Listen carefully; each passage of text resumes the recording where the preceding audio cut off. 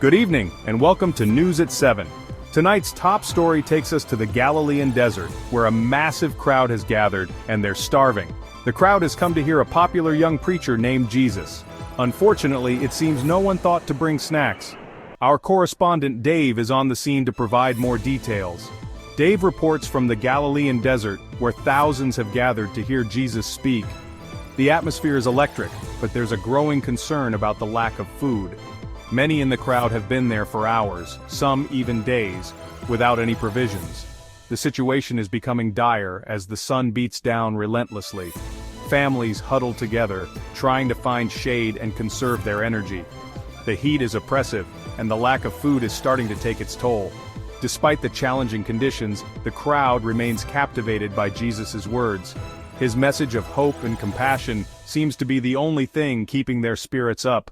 Small acts of kindness are seen among the crowd, with people sharing what little water and food they have. It's a testament to the sense of community here. A local resident mentioned they've never seen anything like this. The sheer number of people and the level of devotion to Jesus is unprecedented.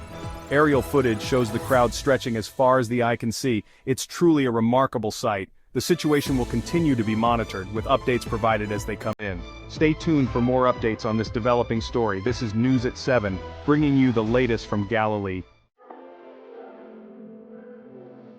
The crowd was vast and hungry, their eyes pleading for sustenance. Jesus looked upon them with compassion. All that was available were 5 loaves of bread and 2 fish, a meager offering for such a multitude. The disciples were perplexed, wondering how such a small amount could possibly feed everyone. They couldn't help but laugh at the absurdity, knowing it wasn't even enough for a decent snack for themselves. In the midst of their journey, one of the followers, feeling the pangs of hunger, whispered a suggestion. "Maybe we can order some pizza?" he thought to himself. It had been hours since their last meal, and the craving for something cheesy and delicious was growing stronger. He looked around the barren landscape, wondering if delivery was even a possibility. "Do you think they deliver out here?" he mused. Another follower, overhearing the thought, couldn't help but respond. "Are you kidding?" he whispered back. "We're in the middle of nowhere. There's no way a pizza place would deliver all the way out here."